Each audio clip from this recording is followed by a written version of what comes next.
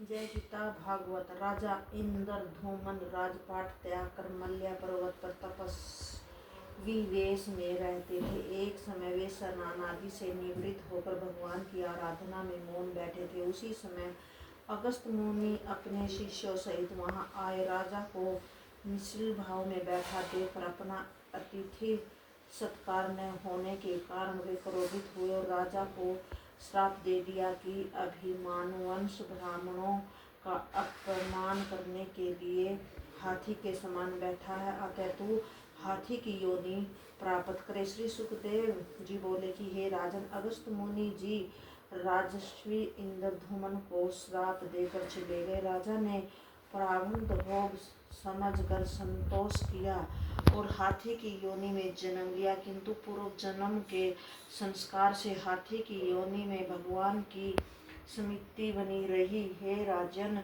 मैंने तुम्हें गजेंद्र उद्धार की कथा सुना दी है। जो पुरुष प्रातःकाल उठते ही पवित्र मन से इस गजेंद्र स्तुति का पाठ करता, उसे भगवान की प्राप्ति होती है, उसके संपूर्ण दुख दूर हो जाते हैं।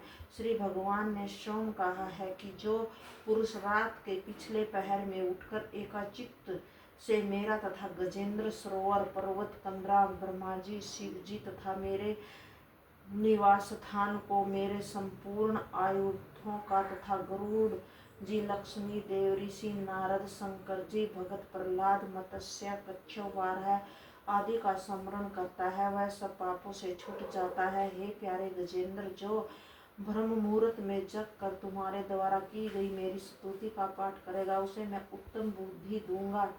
इतना कहकर भगवान अपने धाम को चले गए। श्री सुखदेव जी बोले, हे राजन, पांचवें मन्नु रेवत हुए। ये तामस मन्नु के सगे भाई थे। उनके पुत्र के नाम अर्जुन, बलि, विंध्य आदि थे। विभु नाम का इंद्र था। भूत्रक नाम के प्रधान देवगण थे। हिरण्य, रोपा, देव शिरा, उर्वध, वाहु आदि सप्त ऋषि थे। श्रुभ ऋषि की भार्या विकुणा के गर्भ से भगवान वैकुंठनाथ का हुआ, जिन्होंने लक्ष्मी जी के कहने पर वैकुंठ धाम का निर्माण किया। छठवें मन्नु चक्ष थे, जिसके पुत्र पुरु, पुरुष और सुधम आदि थे। मलधूम नाम का इंद्र था। आपा आदि प्रधान देवता थे। हविष्यमाल तथा वारक आदि सप्त ऋषि थे। वैराज की भार्या संपुति के गर्भ से अजित भगवान का जन्म हुआ, जिन्होंने समुद्र मंथन में देवता तथा दैत्यों की सहायता की थी तथा कच्छप अवतार भी ग्रहण किया था। राजा परीक्षित ने पूछा कि हे भगवान ने कच्छप अवतार किस प्रकार धारण किया तथा समुद्र मंथन किस उद्देश्य से किया गया, उसकी कथा मुझे समझा कर कहिए। श्री सुखदेव जी बोले, हे राजन, राजा बलि के राज्य में दैत्य, असुर तथा दानव अति प्रबल हो उठे थे।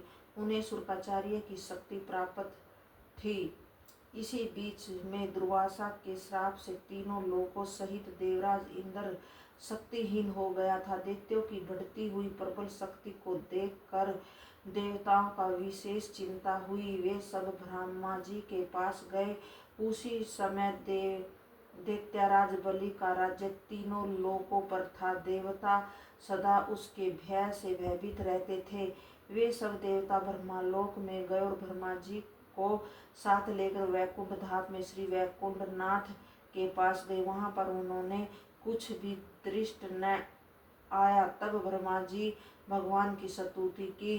ब्रह्मा जी बोले कि हे देव, आप निराकार होकर इस विकार युक्त सृष्टि की रचना करते हैं। आप ही आदि पुरुष परमात्मा है। आप अनुमान के द्वारा दी जाते आपको हमारा नमस्कार है। आप अनुमान के द्वारा ही जाने जाते हैं, आपको हमारा नमस्कार है। आप सतयुग, त्रेता तथा द्वापर में प्रकट रूप में विद्यमान रहते हैं। इस रथ रूपी शरीर के आप ही आधार रूप हैं। हे परमात्मा, यह सृष्टि आपने ही बनाई है। इसमें जरायुज, सवेदज तथा अद्रिज, ये चार प्रकार की सृष्टि आपसे ही उत्पन्न की